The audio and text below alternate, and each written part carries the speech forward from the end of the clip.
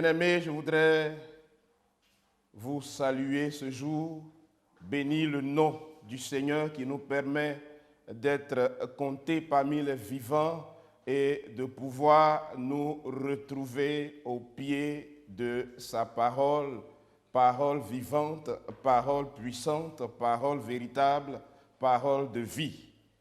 Je voudrais vous inviter à la prière pour que nous puissions ensemble découvrir ce que le Seigneur a à nous partager ce jour.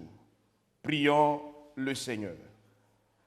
Éternel Dieu vivant et tout-puissant, les mots humains vieillissent et se dévaluent, mais tu n'as pas regardé à cette faiblesse de notre verbe, et c'est dans une chair semblable à la chair des hommes, avec un langage semblable au langage des hommes, que ton Fils est venu nous apporter les paroles de la vie. Permets-nous donc, Seigneur, au moment où nous nous approchons de cette parole, de pouvoir la comprendre, de pouvoir la saisir et de pouvoir en tirer ce qui est nécessaire pour notre vie, pour notre épanouissement, tant physique que spirituel, par Jésus, notre Seigneur. Amen. Bien-aimés, je vous invite à la lecture de la parole de Dieu, et cette parole nous vient de l'Ancien Testament, précisément donc du premier livre de l'Ancien Testament, du premier livre de la Bible, la Genèse, le chapitre 41, nous lirons juste le verset 34. Genèse 41, le verset 34, que nous lisons maintenant. Que Pharaon établisse des commissaires sur le pays pour lever 1/5 des récoltes de l'Égypte pendant les 7 années d'abondance. Je reprends. Que Pharaon établisse des commissaires sur le pays pour lever 1/5 des récoltes de l'Égypte pendant les 7 années d'abondance. Bien-aimés, vous qui nous suivez en cet instant, de quoi s'agit-il dans ce texte? C'est vrai que nous avons lu un seul verset, mais c'est toute une longue histoire que je voudrais vous rappeler. Il s'agit ici donc de Joseph, ce juif, cet Israélite qui a été déporté, que dis-je, vendu comme esclave en Égypte et qui, par la puissance de Dieu, est en train de quitter son statut d'esclave pour passer au statut de Premier ministre. Que s'est-il passé? Voici Joseph, vendu par jalousie par ses frères en Égypte. Il arrive, il est chez un des hauts gradés de l'armée de Pharaon, un certain Potiphar, chez qui il trouve grâce tout de suite. Il est établi sur presque tout et la confiance, il en bénéficie de la part de son maître. C'est dans cette position joyeuse, paisible, pensant avoir tout gagné, qu'un jour, les yeux de l'épouse, Madame Potiphar, vont se porter sur Joseph. Joseph qui, dans sa crainte de Dieu, va refuser les avances de cette femme, mais va être, n'est-ce pas, accusé d'avoir voulu abuser d'elle et va se retrouver malheureusement en prison. Étant en prison, Dieu ne l'abandonne pas. Parce que là-bas encore, Dieu est avec lui. Souvenez-vous que lorsque David dit « Quand je marche dans la vallée de l'ombre de la mort, tu ne restes pas dehors, mais tu descends dans cette vallée avec moi et ta houlette et ton bâton me rassurent. » C'est la même chose. Dieu ne reste pas hors de la prison, mais il va en prison avec Joseph. Et la Bible dit que même en prison, l'Éternel était avec Joseph. À cause de cette présence de Dieu, que va-t-il se passer? Dieu va préparer la sortie glorieuse de Joseph. 2 personnes qui travaillaient au palais royal, les chansons, celui qui sert le vin au roi d'Égypte et le panetier, celui qui goûte le pain du roi d'Égypte, les deux vont rentrer en disgrâce vis-à-vis de leur maître et vont être accusés, n'est-ce pas, et jetés dans la même prison que Joseph. Et une fois que ces deux sont en prison, les deux vont faire un rêve chacun la même nuit. Et ce rêve, quand ils se lèvent, ils ont du mal à l'interpréter. Et pendant qu'ils racontent leur rêve, Joseph, qui était là et qui voyait leur visage défait et inquiet, leur pose la question et quand ils expliquent le rêve, Joseph leur en donne l'interprétation.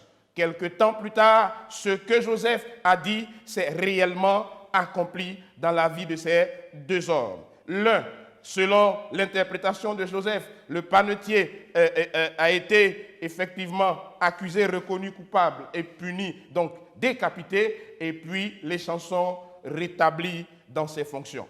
Mais la parole de Dieu dit, lorsque les chansons ont été rétablies, il a oublié son bienfaiteur d'un jour en prison, il a oublié Joseph. Mais Dieu, alléluia, n'a pas oublié Joseph. Les hommes ont oublié Joseph, mais Dieu n'a pas oublié Joseph. C'est pourquoi Pharaon lui-même va faire maintenant un rêve. Et dans son rêve, 7 vaches grasses vont monter sur l'Égypte. Et pendant que ces 7 montent, après leur montée, 7 autres très laides vont être envoyées aussi sur l'Égypte pour faire quoi? Pour avaler les 7 vaches grasses. Et ce songe va se répéter encore avec les épis gras qui sont avalés par les épis vilains et non présentables. Et tous ces deux songes se succèdent dans la même nuit. Quand Pharaon se lève, il a du mal à comprendre ce qu'il vient de voir. Et pendant qu'il demandait à ses devins d'interpréter, c'est là que le clic, c'est là que, comme les autres le disent, le bim va avoir lieu, c'est là que le déclic va avoir lieu. Les chansons vont se souvenir enfin de Joseph et il va raconter ce que Joseph a fait en prison. Bref, et lorsque nous avançons et Joseph est appelé de la prison pour être envoyé chez Pharaon. Et quand Joseph arrive chez Pharaon et que Pharaon présente le songe, voici l'interprétation que Joseph donne. Joseph dit à Pharaon que les 7 vaches grasses, c'est 7 années d'abondance qui vont venir sur l'Égypte.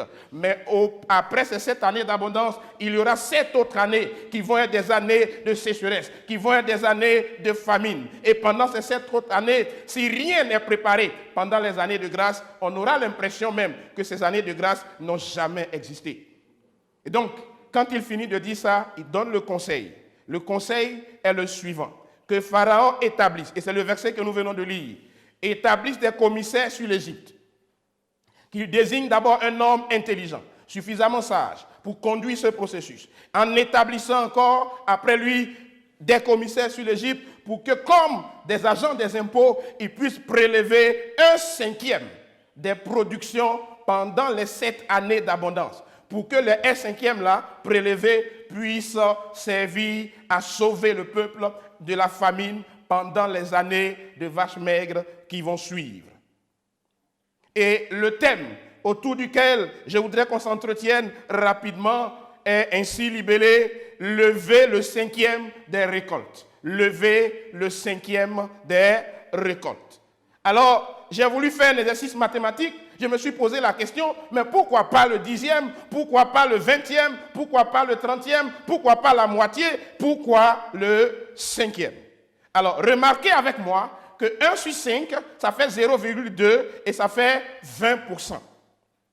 Donc, Joseph est en train de dire que c'est 20% des récoltes qui pourra servir à sauver les gens quand la famine va venir. Moi, je me suis posé la question de savoir, mais en quoi 20% peut permettre de sauver les gens? Pourquoi pas 50%?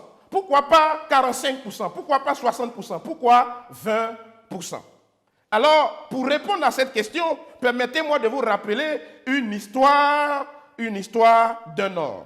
Un économiste et sociologue italien du nom de Vilfredo Pareto a établi, après plusieurs expériences, la règle selon laquelle 20% des causes d'un phénomène provoquent 80% des effets de ce phénomène. 20% des causes d'un phénomène permettent de provoquer ou d'engendrer 80% de ses conséquences, de ses effets. Et cette règle-là, on l'appelle la loi de Pareto ou la règle des 80-20.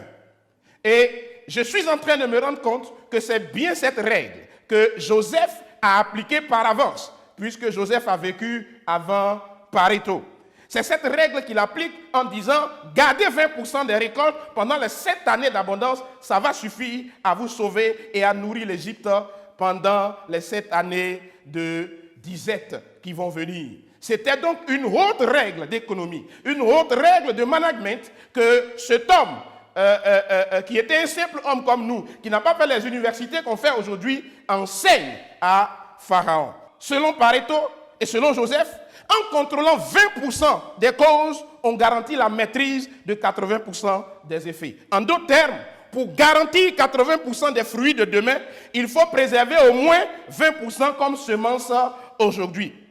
Donc, 1/5 ou 20% représenterait donc la semence de Dieu, la semence que Dieu te demande de garder aujourd'hui pour que demain, les 80% puissent être ce que tu vas récolter. 1/5 ou 20%, c'est le sacrifice que Dieu te demande de consentir aujourd'hui et 80%, c'est la bénédiction qu'il te réserve demain. 20% ou 1/5 ou le 5e de la récolte, c'est la souffrance que tu dois accepter de consentir aujourd'hui pour que demain, tu aies 80% de bonheur. Je voudrais vous rappeler un texte de l'apôtre Paul, Romains 8, le verset 18 qui dit « J'estime que les souffrances du temps présent ne sauraient être comparées à la gloire à venir qui sera révélée. J'estime que les 20% qu'on doit garder aujourd'hui, les 20% de privation, ne sauraient être comparés au bonheur que Dieu prépare et qu'il nous réserve. Dieu ne nous demande rien qui ne sera pas demain un sujet de gloire pour nous. Tous les sacrifices que Dieu te demande de consentir aujourd'hui, tout ce que Dieu te demande de prélever, de garder, de conserver, c'est pour ton propre bonheur demain. Pour te faire parvenir à la couronne de gloire, il faut passer par la couronne d'épines. S'il n'y a pas de couronne d'épines, il n'y aura pas de couronne de gloire. Alléluia. C'est pourquoi Jésus dit dans le sermon sur la montagne, « Heureux les pauvres en esprit, car le royaume des cieux est à eux.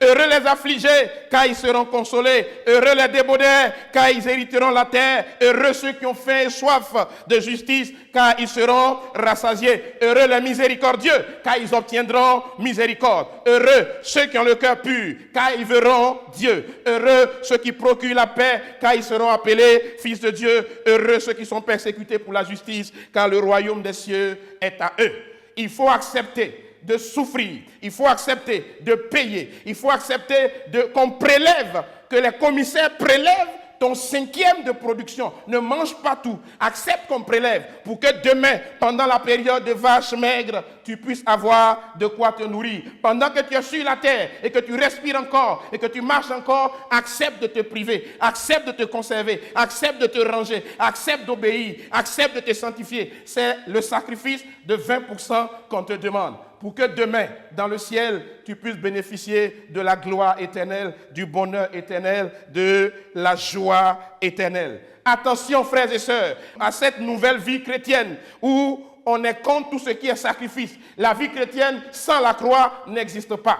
La vie chrétienne sans la souffrance n'existe pas. Arrêtez donc d'écouter les évangiles dans lesquels on vous dit que quand on vient à Christ, il n'y a plus de prix à payer. Tu dois payer le prix du 5e pour avoir les 80% demain.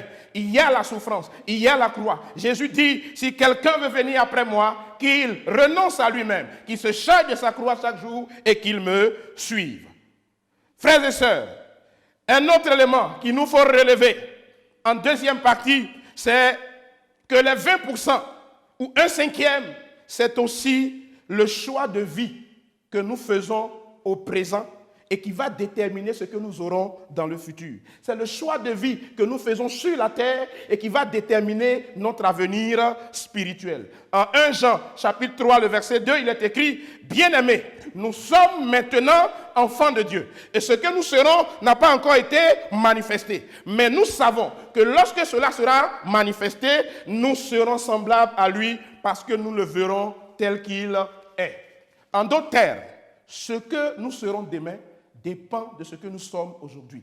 Ce que nous aurons demain dépend du sacrifice que nous consentons aujourd'hui. La nourriture qu'on aura demain pendant les 7 années de vaches maigres dépendra de quoi? De ce que nous acceptons de conserver, du 5e que nous acceptons de prélever aujourd'hui. Alors, pour avoir un cinquième, il fallait diviser toute la récolte annuelle en 5 parties et conserver une seule part sur les 5.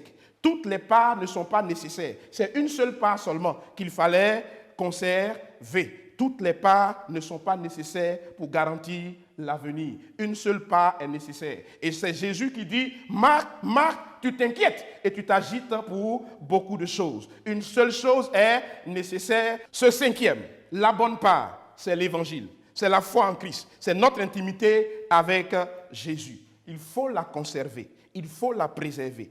Quelle que soit la tentation, quelle que soit la proposition, n'accepte pas comme Ésaü de vendre ton cinquième. Il faut que ton cinquième soit conservé. Ton droit d'aînesse soit conservé pour qu'à la fin, tu n'aies pas à regretter. Refuse de brader ton intimité avec le Seigneur. Refuse de brader ta foi en Christ. Refuse, bien-aimé, de brader ton engagement avec Dieu pour que tes 20% d'aujourd'hui puissent garantir tes 80% de demain. Pour que ton cinquième que tu préserves aujourd'hui puisse assurer un avenir merveilleux avec Jésus-Christ, notre Seigneur. À vous qui n'avez pas encore fait la paix avec Jésus-Christ, à vous qui nous suivez et qui n'avez pas encore accepté que cette part qui ne nous sera jamais enlevée soit votre salut, le moment est venu de faire la paix avec Jésus. Car votre avenir spirituel dépend de la décision que vous prenez maintenant.